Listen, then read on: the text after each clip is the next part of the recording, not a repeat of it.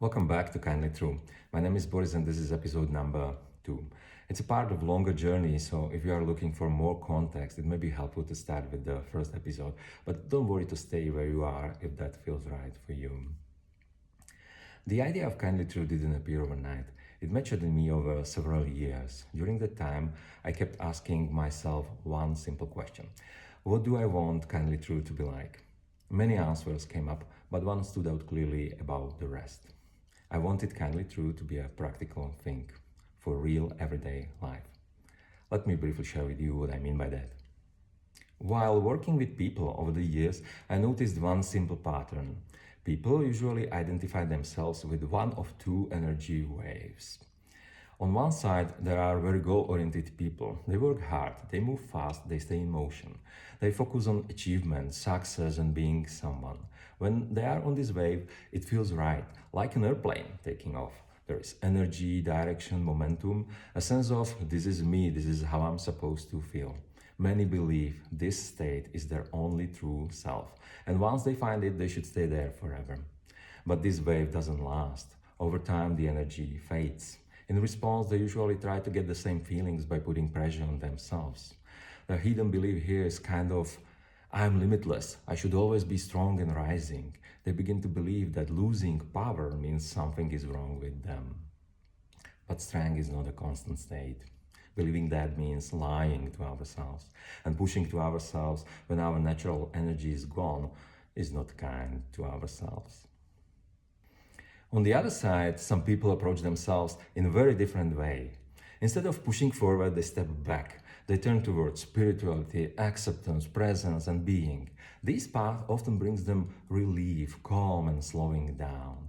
A sense of safety and inner space. For many, it feels like coming home. But here too, a small misunderstanding can appear. In the search for peace, people may begin to disconnect from important parts of themselves. Their drive, their individuality, their desire to express something in the world. They may find calm, but at the cost of dimming their own spark. Their hidden belief here is different but equally limiting. It's kind of stillness is the only truth, and striving for something is wrong. Yet, avoiding life is not the same as being at peace with it. And disconnecting from your own fire is neither truthful nor kind. So, as the idea of Kindly True matured in me over time, one realization became clear.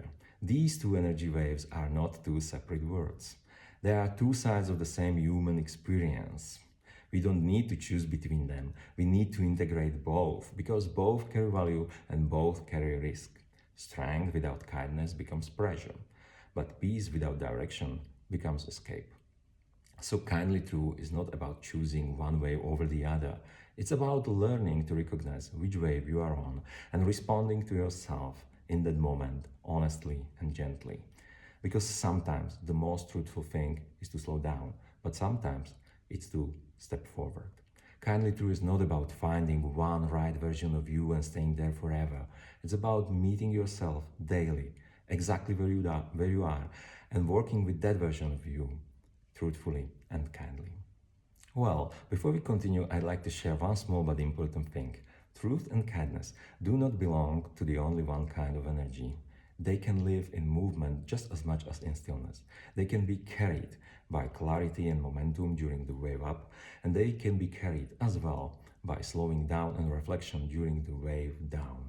Different waves bring different truths and require different kindness, but for sure, we can be kindly true to ourselves on both waves.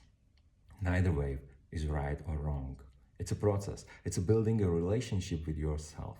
So, during your kindly true journey, please allow yourself to be kind and truthful to yourself, regardless of the wave you are on. That's it for today. If you feel called to explore this further, join me in the next episode.